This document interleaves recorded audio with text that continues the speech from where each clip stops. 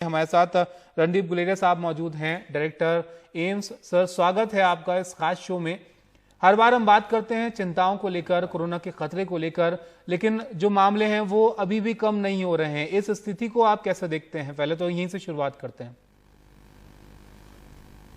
तो मामले कम नहीं हो रहे हैं, अभी हमारे केसेस बढ़ रहे हैं और ये एक गंभीर स्थिति है। इसके लिए हमें कुछ एक्शन लेना पड़ेगा कि हम इसको कैसे केसेस को कम करें। उसके साथ ये भी एक अच्छी खबर है कि अगर हम अपने रिकवरी रेट देखें वो सबसे ज़्यादा है दुनिया की, अगर हम बात करें, और हमारी मोर्टेलिटी भी सबसे कम है। तो केसेस बढ़ रहे हैं, लेकिन जो सीरियस लोग हैं या जो लोग रिकवर नहीं हो पा रहे उनकी जो मात्रा है वो कम है। तो केसेस तो बढ़ेंगे क्योंकि हमारी आबादी इतनी ज़्यादा है, हमारी पॉपुलेशन ज़्यादा है और हमारे केसेस पर मिलियन इतने नहीं हैं, पर एब्सोल्यूट नंबर में हमारे केसेस तो जरूर ज्यादा लगे। लेकिन डॉक्टर गुलेरिया, इन मामलों को देखकर अब सवाल ये भी हो रहा है कि हम किस स्थिति में हैं, क्योंकि कम्युनिटी स्प्रेड के बारे में बहुत सारी बातें हमने सुनी। अब जो सत्येंद्र जैन हैं, दिल्ली के स्वास्थ्य मंत्री हैं, उन्होंने ये बात साफ कही है कि अब उनको लगता है कि शायद हम कम्युनिटी स्प्रेड की स्थिति में हैं। आपका क्या अंदाजा है, क्योंकि जिस रफ्तार से मामले बढ़ रहे हैं उससे आसार तो ऐसे ही कुछ लग रहे हैं? देखिए, कम्युनिटी स्प्रेड का यही मतलब हुआ कि हमें पता नहीं कि हमें कहाँ से इन्फेक्शन हुआ है। कुछ हद तक ये बात सही है कि कई एरियाज हैं जहाँ पे कम्युनिटी स्प्रेड हो रहा है, लेकिन उसका कारण भी समझना जरूरी है। और दूसरी बात समझनी है कि उससे हमारी ट्रीटमेंट स्ट्रैटेजी भी कोई फर्क, हमारी मैनेजमेंट स्ट्रैटेजी पे कोई फर्क नहीं पड़ेगा। तो पहली बात यही है कि कारण क्यों हो रहा है सर। अगर आप कई लोगों से बात करो, और मैं इसलिए बता रहा हूँ कि मैंने कई लोगों को एक देखा ये करते हुए, मरीज आए आपको जिसको बुखार नजला का क्लासिकल कोविड के सिम्टम है, उनको मैंने कहा आप जाके अपना टेस्ट कराएं। 5 दिन बाद पता चला कि उन्होंने टेस्ट नहीं कराया। पूछा कि आपने क्यों नहीं कराया, उन्होंने कहा कि अगर मैं टेस्ट कराऊंगा तो मेरा बिजनेस को मुझे बंद करना पड़ेगा, पॉजिटिव आ गया तो हफ्ता 2 हफ्ते 17 दिन के लिए मैं आइसोलेशन में चले जाऊंगा, तो इसलिए मैंने अपना टेस्ट नहीं कराया। अब अगर वो व्यक्ति अपना कारोबार करता रहे, काम पे जाए, तो वो कम्युनिटी स्प्रेड तो करेगा ही। इसलिए अगर हम कहें कि कम्युनिटी स्प्रेड हो रहा है, उसका कारण यही है कि हम अपनी रिस्पॉन्सिबिलिटी नहीं समझ रहे कि अगर हमें कोई भी ऐसे लक्षण हो जो कोविड के हैं तो हमें अपना टेस्ट इमीडिएटली कराना चाहिए। हमारे और घर वालों को भी होगा। एक परिवार है जिन्होंने 2-3 दिन अपने टेस्ट इसीलिए नहीं कराए, और अब सारे उस परिवार में एक छोटा बच्चा और 2 बुजुर्ग लोग जो उनके माता पिता हैं, सारों को कोविड हो गया और उनमें से सबके सब अस्पताल में दाखिल हैं। तो ये हमें लापरवाही नहीं करनी, और क्योंकि ये लापरवाही कर रहे हैं इसलिए ऐसे केसेस बढ़ रहे हैं। और इसको हम चाहे कहें तो हम ये कह सकते हैं कि हम ही कम्युनिटी स्प्रेड को आगे बढ़ा रहे हैं। लेकिन डॉक्टर गुलेरिया, जो अगर बचाव के कदम उठाए जा रहे हैं कोरोना को लेकर, या कहें कि जो स्ट्रेटेजी बनाई जा रही हैं, वो इस तरीके से ही बनाई जाती हैं किस तरीके से हमारा संक्रमण जो है वो फैल रहा है, या उसको लेकर क्या हमें कदम उठाने चाहिए? तो सवाल ये है कि क्या हमें उस हिसाब से अब एहतियात जो है वो लेने चाहिए, या स्ट्रेटेजी बनानी चाहिए कि हम कम्युनिटी स्प्रेड की स्थिति में हैं ताकि रोका जाए फैलने से और कोरोना को? तो वही मैं कह रहा हूं, हमें 2 स्ट्रैटेजीज बनानी है। एक स्ट्रैटेजी यही है कि हम इस बिहेवियर को मान के चलें और फिर हम अपने हॉटस्पॉट्स डिफाइन करें और कंटेनमेंट की तरह अग्रेसिवली काम करें कि हम इसको कैसे कंटेन कर सकते हैं जिससे हमारे नंबर्स कम हो। क्योंकि अगर हमारे नंबर्स बढ़ेंगे तो अल्टीमेटली हॉस्पिटल पे भी लोड बढ़ेगा। तो एक तो ये करना है कि हमारे नंबर्स कैसे कम हो। दूसरा, हम अपना हॉस्पिटल का इंफ्रास्ट्रक्चर और रिसोर्सेज कैसे बढ़ाएं कि अगर नंबर्स बढ़ते हैं और उसके हिसाब से प्रोपोर्शनली ज्यादा लोग हॉस्पिटल में आते हैं तो उनकी देखभाल में कोई कमी ना हो। तो ये दोनों चीजें हमें करने की जरूरत है। एक तो अपना हॉस्पिटल का इंफ्रास्ट्रक्चर अपस्केल करें कि अगर सर्ज आएगा और केसेस आएंगे तो बेड की कमी नहीं होनी चाहिए, ऑक्सीजन की कमी नहीं होनी चाहिए, वेंटिलेटर की कमी नहीं होनी चाहिए। दूसरी इस तरह से एक स्ट्रैटेजी बनाए कि अगर ऐसे केसेस आ रहे हैं हम उसका एक मैपिंग करें कि कहाँ पे ये ज्यादा आ रहे हैं, उस एरिया में बहुत एग्रेसिवली टेस्टिंग करें, चाहे लोगों को लक्षण हो चाहे नहीं हो। क्योंकि कई लोग, जैसे मैंने कहा, अपने लक्षण छुपाएंगे, तो टेस्टिंग करें, चाहे हम रैपिड एंटीजन टेस्ट से करें, और जो भी पॉजिटिव आता है उनको या तो घर में हम आइसोलेट करें या फिर कोविड केयर सेंटर में आइसोलेट करें। इसी अगर एग्रेसिव एक्शन के साथ हम काम करेंगे तो हम केसेस को भी कम कर पाएंगे और अपनी मोर्टेलिटी को भी कम कर पाएंगे। डॉक्टर गुलेरिया, अब काफी वक्त कोरोना को लेकर हो चुका है, हम कई महीने से इस परेशानी से जूझ रहे हैं और इसको लेकर तमाम तरह के कदम भी उठाए गए हैं कि हम अपने इंफ्रास्ट्रक्चर को उस हिसाब से तैयार करें कि मामले बढ़ें तो हम उसके लिए तैयार रहें। लेकिन हमने देखा कि कुछ जगहों से ऑक्सीजन की कमी की शिकायत आई, और अब ये भी खबर है कि दिल्ली में प्राइवेट जो हॉस्पिटल्स हैं वहां पर आईसीयू के बेड्स की कमी हो गई है, सरकारी हॉस्पिटलों में भी दिक्कत हो रही है क्योंकि कोरोना के मामले तेजी से बढ़ रहे हैं। तो क्या स्थिति है फिलहाल अस्पतालों? तो इसमें दो कारण है। एक, जैसे आपने कहा कि केसेस बढ़ रहे हैं और इसलिए हमारा जो हॉस्पिटल की लोड है वो बढ़ रहा है, और इसके लिए पहले से भी तैयारी की गई थी। आपको पता है कि एक पूरा DRDO ने हॉस्पिटल बनाया था 1000 बेड का, और इस तरह से कई एक्टिविटीज की जा रही हैं कि हम अपने बेड स्ट्रेंथ को और आगे बढ़ाएं। हम भी अपने एम्स में बेड स्ट्रेंथ बढ़ा रहे हैं, चाहे वो झज्जर में हो चाहे एम्स के मेन हॉस्पिटल में हो, जिससे अगर केसेस बढ़ेंगे तो हमारे पास कैपेसिटी हो। दूसरी जो इम्पोर्टेंट चीज वो ये है कि हम लोगों से ये कहें कि आप अपने आप को पूरी तरह से ध्यान रखें और अपने टेस्टिंग ज़्यादा कराएं, जिससे जल्दी से हम आपको आइसोलेट कर पाएं और जो बीमारी है वो आगे ना फैलें। तो ये बहुत ज़रूरी है कि हम उसके लिए भी पूरी प्लानिंग करें कि हम किस तरह से केसेस को कम कर सकते हैं। लेकिन एक सवाल ये है डॉक्टर गुलेरिया कि हमने कुछ वक्त पहले देखा है कि जो पेशेंट जा भी रहे थे हॉस्पिटल, उनको आईसीयू तक की जरूरत नहीं पड़ रही थी। बहुत कम लोग ऐसे थे जिनको आईसीयू में रखना पड़ रहा था। तो अभी क्या आईसीयू में जाने वाले जो पेशेंट्स हैं उनकी तादाद बढ़ी है, यानी कि जो स्थिति है वो पेशेंट्स की ज्यादा गंभीर हो रही है? तो कुछ हद तक ये हमने भी देखा है कि शायद अब जो हमारे पास पेशेंट्स आ रहे हैं वो ज़्यादा सिक आ रहे हैं। पर ये हो सकता है कि पहले हमारी एडमिशन पॉलिसी अलग थी। हम शुरू में, अगर आपको याद हो, तो हम सारे कोविड पॉजिटिव पेशेंट्स को एडमिट कर रहे थे। फिर हमारी सी पॉलिसी चेंज हुई और हमने कहा कि होम आइसोलेशन होना चाहिए। तो अब हम ज़्यादा से ज़्यादा माइल्ड पेशेंट को होम आइसोलेशन कर रहे हैं। इसलिए हमारे पास जो पेशेंट्स आ रहे हैं वो ज़्यादा सिक हैं, जो पहले हम माइल्ड वालों को भी एडमिट कर रहे थे। दूसरी चीज़ जो समझने की बात है कि पहले जब हम देख रहे थे तो बड़ा एग्रेसिव लॉकडाउन था, सड़कें बंद थी, ट्रैफिक बहुत कम था, नॉन कोविड केयर बहुत कम हो गया था। अब जैसे हम लॉकडाउन खुल गया है तो नॉन कोविड केयर भी बढ़ गया है। चाहे हम ट्रॉमा की बात करें, रोड साइड एक्सीडेंट्स की बात करें, पहले तो सड़कों में ट्रैफिक ही नहीं था, एक्सीडेंट ट्रॉमा तो बहुत कम हो गया था। अब गाड़ियां खूब चल रही हैं, ट्रैफिक जैम हो रहे हैं, तो एक्सीडेंट भी हो रहे हैं, लोगों को इंजरीज भी हो रही हैं, हेड इंजरीज भी हो रही हैं, और उनका भी लोड बढ़ रहा है। तो हॉस्पिटल में जो लोड बढ़ रहा है वो कोविड का भी है और नॉन कोविड का भी है, और वो चाहे हम इमरजेंसी की बात करें या non Covid care in general की बात करें। तो इन दोनों चीज़ों को हॉस्पिटल में बैलेंस करने की जरूरत पड़ रही है, और इससे हॉस्पिटल में जो है वो बेड्स की जो लोड है वो एकदम बढ़ गया है। और अगर हम वैक्सीन की बात करें तो, क्योंकि अब वैक्सीन को लेकर एक अच्छी खबर ये भी है कि हम जो 3 वैक्सीन ऐसी हैं जो अब काफ़ी आगे तक आ गई हैं ट्रायल की स्टेज के अंदर। डॉक्टर हर्षवर्धन ने भी कहा इस बारे में कि वैक्सीन हमें शायद अगले साल की शुरुआत तक मिल जाएगी। लेकिन एक बात उन्होंने साथ में ये भी कही कि शायद सब लोगों के लिए उपलब्ध कराने में थोड़ा और वक्त लग जाए। तो क्या माना जाए इसको कि वैक्सीन में अभी और ज़्यादा वक्त लग सकता है और सिर्फ वैक्सीन के भरोसे हमें यहाँ पर नहीं रहना चाहिए फिलहाल की स्थिति में, क्योंकि अभी तो कुछ महीने तो उसके लिए सीधे बचते ही हैं? बिल्कुल सही। तो वैक्सीन जब तक नहीं आती तब तक हमें अपनी तरफ से पूरे प्रिकॉशन रखने हैं। और जैसे कई लोग कहते हैं कि अगर हम फिजिकल डिस्टेंसिंग रखें, मास्क अपना रेगुलरली पहने जब हम बाहर जाएंगे, तो ये भी एक टाइप की प्रोटेक्टिव वैक्सीन है जो हमें इन्फेक्शन से बचाएगी। तो अगर हम अपनी तरह से पूरे अपने प्रिकॉशन रखें, जो आजकल लोग नहीं रख रहे हैं, तो हमारे को इन्फेक्शन नहीं होगा और हम अपने आप को प्रोटेक्ट कर पाएंगे। वैक्सीन में ये रहता है कि आपकी जब ट्रायल हो रही है वो बिल्कुल स्मूथ होनी चाहिए। जैसे आपने देखा कि जो ऑक्सफोर्ड की वैक्सीन थी, कुछ दिन उनको रोकना पड़ा क्योंकि कुछ साइड इफेक्ट का इशू बन गया था। तो वैक्सीन ट्रायल्स में ऐसी चीजें होती रहती हैं, और अगर हमारा सब कुछ स्मूथ रहा कि ऐसे कोई इशू नहीं हुई, कोई साइड इफेक्ट नहीं हुआ, वैक्सीन की एफिकेसी अच्छी हुई, तो ये उम्मीद है कि एंड ऑफ दिस ईयर या अर्ली नेक्स्ट ईयर तक वैक्सीन जो है अप्रूव हो जाएगी।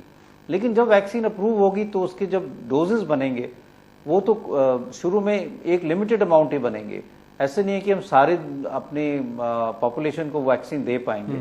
तो हमें एक प्रायोरिटी लिस्ट बनानी पड़ेगी कि सबसे पहले किसको वैक्सीनेट करना है, और उन लोगों को करना पड़ेगा जिनको इन्फेक्शन के चांसेस ज़्यादा है या जिनको डेथ के चांसेस ज़्यादा, जो हाई रिस्क ग्रुप हैं। और जैसे जैसे फिर अपनी वैक्सीन के नंबर, स्टॉक का नंबर बढ़ेगा, हम अपनी प्रायोरिटी लिस्ट के नीचे नीचे जा सकते हैं, और जैसे जैसे वैक्सीन ज़्यादा आएगी तो फिर सब लोगों को वैक्सीन कर पाएंगे। लेकिन इस सारे चीज़ को करने में तो 1 साल भी लग सकता है। बिल्कुल डॉक्टर गुलेरिया, टाइम अभी लग सकता है, आप भी इस बारे में बताते रहे हैं। और क्योंकि वैक्सीन एक उपाय है कोरोना से निपटने का जिसका लोगों को अब इंतजार है, और क्योंकि स्थिति गंभीर होती जा रही है तो उसका इंतजार और ज्यादा बढ़ता जा रहा है। इसके बारे में बात करेंगे, एक छोटे से ब्रेक के लिए रुकते हैं।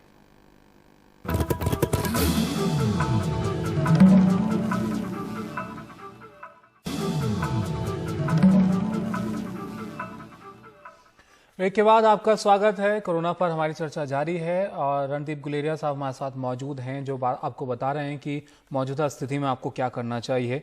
डॉक्टर गुलेरिया, हम वैक्सीन के बारे में बात कर रहे थे ब्रेक से पहले। वैक्सीन की अगर हम बात करें तो जैसे कि आपने बताया ऑक्सफोर्ड की जो वैक्सीन है उसमें कुछ साइड इफेक्ट्स देखने को मिले थे एक वॉलंटियर को। अब जो स्पुतनिक 5 है रशिया की, उसमें भी ऐसी खबर है कि जो कुछ वॉलंटियर्स हैं उन्होंने शिकायत की है कि उनको कुछ साइड इफेक्ट्स दिखे हैं, जैसे कि कमजोरी हो, सिरदर्द जैसी परेशानियां दिखी हैं। तो कुछ साइड इफेक्ट्स भी हो सकते हैं इस वैक्सीन के। हर एक वैक्सीन के कुछ ना कुछ साइड इफेक्ट्स हो सकते हैं और उसको मॉनिटर करना बहुत जरूरी है, चाहे वो स्पुतनिक 5 हो या और कोई वैक्सीन हो। इसीलिए जो हम फेज 1, फेज 2 और फेज 3 ट्रायल की बात करते हैं वो इसीलिए बहुत ज़रूरी है कि हम ये देखें कि वैक्सीन जो है वो बिल्कुल सेफ हो, क्योंकि जब हम वैक्सीन देते हैं तो हम नॉर्मल हेल्दी लोगों को दे रहे हैं, तो हम ये कोई रिस्क नहीं ले सकते कि वैक्सीन के कारण उनको कोई बीमारी हो जाए या उसके कारण इन्फेक्शन ज़्यादा सिवियर हो जाए। और इसलिए बहुत ज़रूरी है कि हम पूरे अपने टेस्ट करें और पूरी ट्रायल में ये सेफ्टी जो है सबसे ज़्यादा ज़रूरी है। उसके बाद एफिकेसी आती है कि वैक्सीन जो दे रहे हैं वो कामयाब भी है, कितनी प्रोटेक्शन देती है, कितनी ड्यूरेशन के लिए प्रोटेक्शन देती है, कितने महीने तक वो इफेक्टिव है, और क्या वो हमें इन्फेक्शन से बचाती है या सिर्फ हमें इन्फेक्शन से वो प्रिवेंशन करती है कि हमारे को अगर इन्फेक्शन हो तो माइल्ड इन्फेक्शन हो, सीरियस इन्फेक्शन ना हो।